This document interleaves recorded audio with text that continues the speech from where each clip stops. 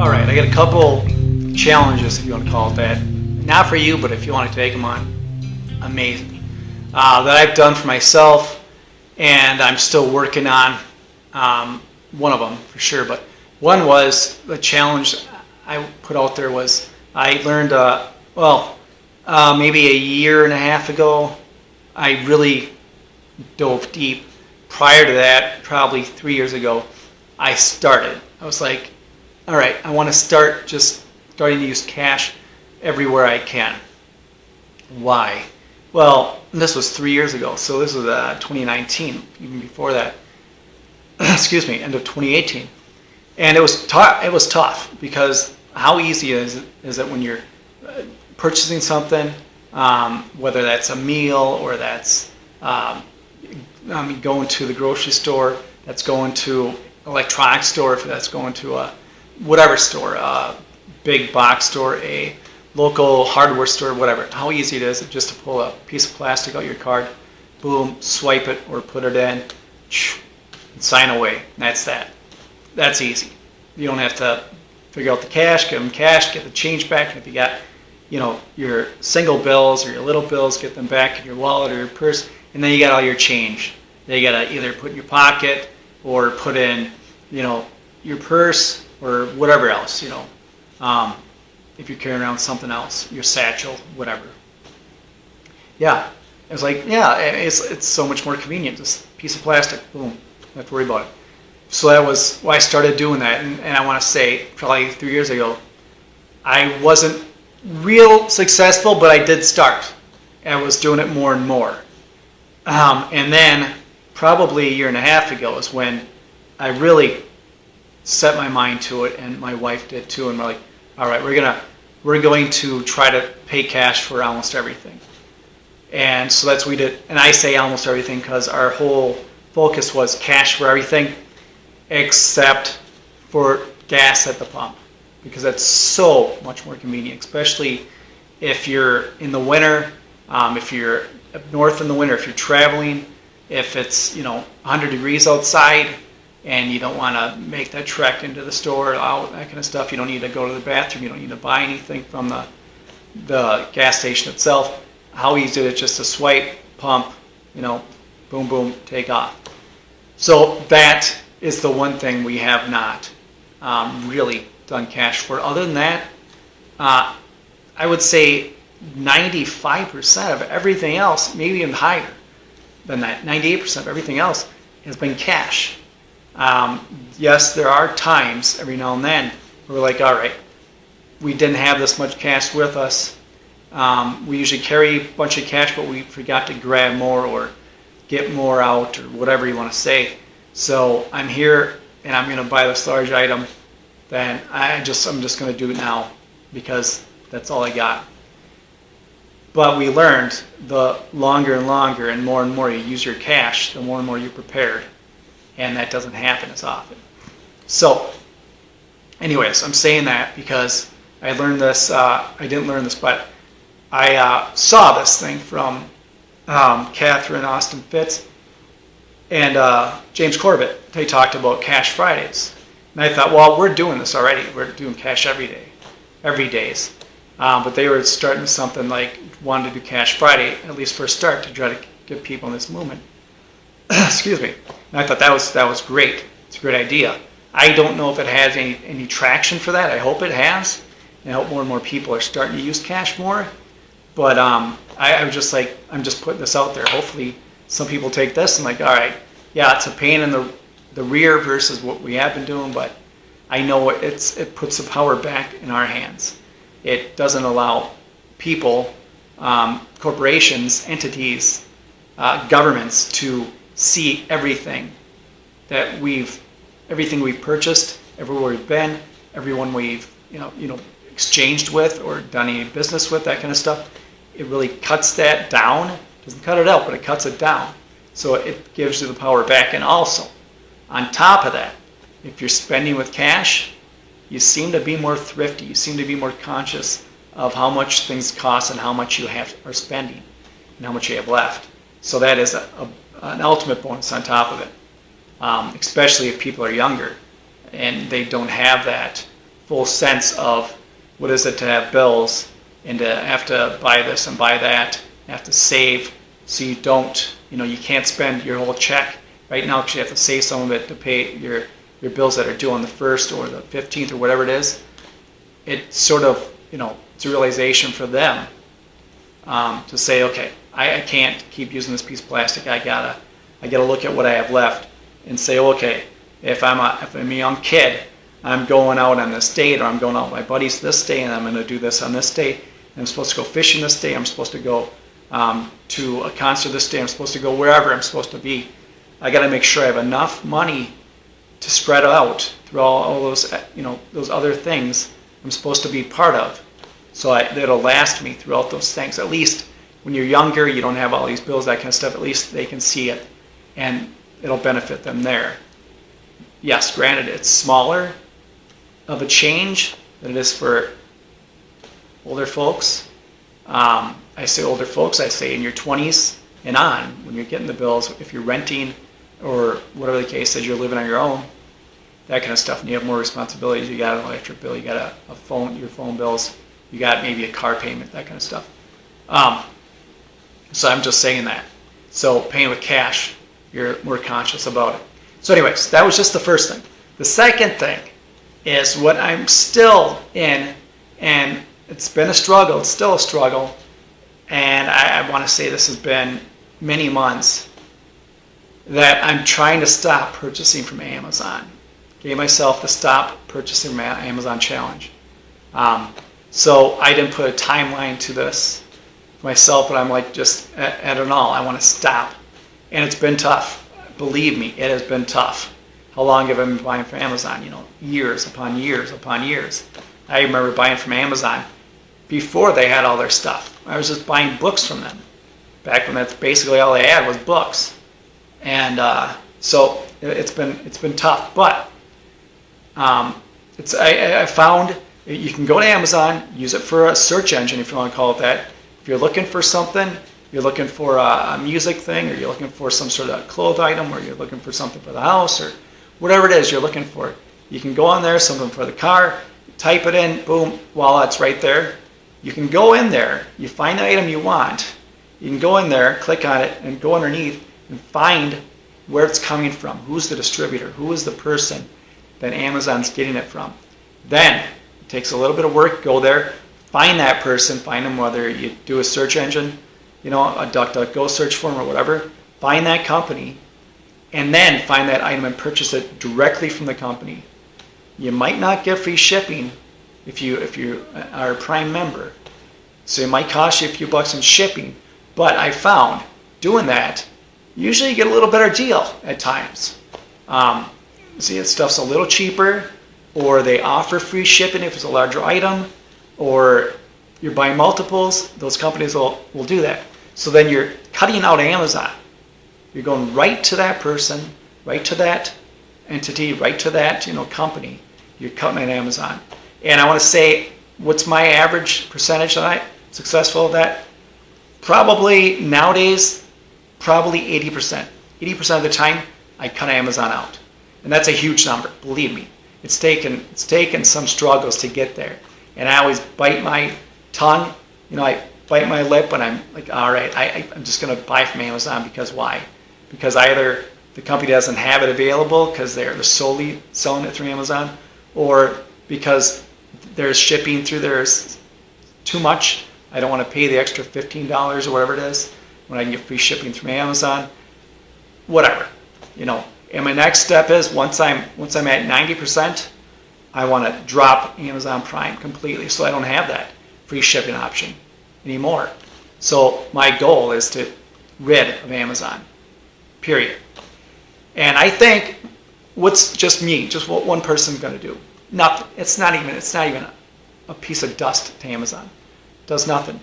But if more and more people do this, it starts taking the power away from Amazon and giving it back to those single entities, back to the single people, or back to those certain businesses, whatever. So we're getting that back to them, taken away from Amazon. So I want to say I just compare this stuff to stuff like I imagine it's like is when you stop using everything. Stopped using everything from another place. So you used to shop at one location for everything that's no longer there. You had to stop going there because it's no longer in your town, or if you live in the rural areas, you had to find out where else to go. Well, I'm guessing you went right to Amazon. But if not, if you weren't that suave online, that great online, you're older, you got to find different places to get these items from. It might be comparable to that a little bit, or if it's like this, like one of my videos I talked about when we took my son off of dairy and gluten. We as a family did it because we thought it's going to be easier if we all do it. It's going to be easier for him because he was a younger child, so he doesn't say, well, why can you eat that and I can't? We say, we're just doing this as a whole right now, and then we'll see. So once we took the cheese, that was the toughest part, and the milk away. Milk wasn't that tough to stop. But once we took the cheese away and got off of it, it was a little struggle. I would say I think it took us 3 or 4 months to finally say, all right, because we would buy less and less. We tried to taper it. Tapering never works. That's like trying to quit smoking by smoking less. Never works. So we, once we were off completely, years go by and you're like, no, I don't even miss it. I don't miss it at all. I do not miss it. And people are like, well, what about pizza? What about this? What about that? Yeah, we see pizza all the time. I don't miss it. I don't miss it at all. At all. Not one bit. And I'm sure there's people saying, well, you're insane, you're crazy, you're stupid for thinking that kind of stuff. But no, serious. If you think about it, how about people that lift weights, work out all the time, that kind of stuff, and they're on a strict diet themselves, and they stay away from sugar, they stay away from all these other things. How do they do it? I bet you they don't miss it. Most of them don't miss it because it's gone. It's no longer, they're no longer part of it. Maybe not as harsh, but I would equate it to a druggie, someone addicted to drugs. Once you have completely come off of it, once you are no longer suffering from it, and once that addiction is completely gone, it's always in the back of your head, but the longer it goes, the less and less you care about it. The more and more you could care less. And that's how it is. I mean, that's absolutely. I can say that with smoking. I smoked when I was younger. I smoked for, I would say 9 years. 9 years? Yeah, 9 years. And I was like 2 packs a day. I was smoking. And I got, I think it was 23. When I was done smoking, I grabbed Nicorette for a month, tried that, and then I fell back on cigarettes a little bit. Not much, I think a week. And then I bought more Nicorette, a month's worth of Nicorette. Went back on it because my mind was there, I'm done. And I was still going to bars. I still drank at the time. Still hanging out with everybody else. Was still in the band. Still did the, all that kind of scene. Everyone else was smoking. But I was set. I was the vocalist. So I didn't want to have that issues on stage. But anyways, after that second time with the Nicorette deal, that was it. I was done. Did it come back all the time at the bars, that kind of stuff? Yeah, it was always there. But I never did it. I never took drags. I never just had one cigarette here or there. I just strictly stayed with my focus, got done with it, didn't take it. And this was 20-some years ago. And the longer time has passed, the longer the span has been there, the more I could care less. I really could care less. But the closer it was, first year, 2 years, that kind of stuff, it was always there. But I felt it being further and further away. It's like, so it's like if you're used to doing something all the time and you shouldn't be doing, once you stop, the further away it's been, the longer it's been since you've been doing that, you don't miss it more and more. The same way it goes with the junk food, the same way it goes with this other stuff. And I'm hoping the same thing happens to Amazon. And Amazon will feel a detriment of that. Amazon will be suffering for that. I once all that it's been there, and then I started purchasing assets.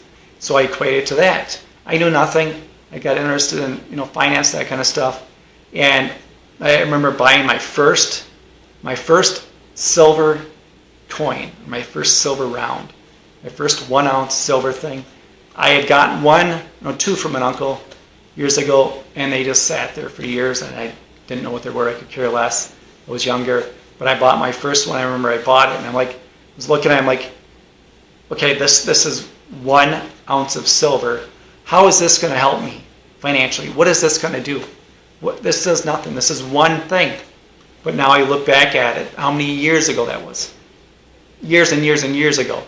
Now you look back at it like, okay, this accumulation of these assets that we have, that they're stored different places, that kind of stuff, or the land, that kind of deal. This all started with 1 ounce. It all started with 1 ounce and a focus. So that's all a challenge is getting you to focus. So I'm saying this, the cash deal sort of cuts out people watching you, everything you do all the time. Does it get rid of it? Everything? No, because we're still using cell phones. They're still tracking all their calls, all their emails, all that kind of stuff. And hopefully, as years go by, we'll push that out different ways. And stop purchasing from Amazon. I think that's another great thing to try to do. But like I said, everything takes time. But everything takes time. If nothing started, if you don't start at all, then nothing will go anywhere. Nothing will get accomplished. Like if I didn't buy that first ounce of silver, I wouldn't buy more. I wouldn't have bought gold. I wouldn't have bought land. I wouldn't have bought assets. I wouldn't have bought, the firearm stuff. I wouldn't have bought the ammunition. I wouldn't have bought, the seeds. I wouldn't have bought this and that. I wouldn't have did the stuff for gardening. I wouldn't have invested this stuff for gardening. I wouldn't have got these tools. I wouldn't have had these things. I wouldn't have had this assets mind. I would have been more of a spending stuff on entertainment stuff that's just gonna, go away, be disposed of, and not hold any value whatsoever. And that's the way it was. That's the way I was for years upon years, like I think everyone is. It's paycheck to paycheck. How much can I spend at this paycheck? How much of this entertainment? How much of this this food? This whatever? This addiction thing? Cigarettes, alcohol, food, candy. Like I said, entertainment, bars, whatever. How much can I get for this week's paycheck? I just got to make till my next week's paycheck, and I can do it again. That was, years and years ago, that was my mindset, and that's a lot of people's mindset. Once that changes, once you focus and get it to change, it's not easy. I'm not saying it's easy, but it all starts with one. It all starts with one step, one asset purchase, or one time you say, instead of buying it from Amazon, I'm going to find the person, the distributor, the company, I'm going to buy it from them. It takes that one time, the first time. It's one. It doesn't accomplish it all at once, but it's a start. Everything has to start with one. Your race starts with your first strut. Your walk starts with your first step. So I'm just saying this to say, yes, these things sound huge, but everything starts with one, and you can do it. I'm saying I'm not saying it's not hard. I'm not saying it's easy, but I'm saying it's doable, and you can do it. So I don't know. I'm just saying I was successful with it. I still am, and I'm still doing stuff. So anyways, if you like this, hit the like, share, subscribe. And as always, stay vigilant. Protect yourself, protect your money, protect your family, protect your wealth.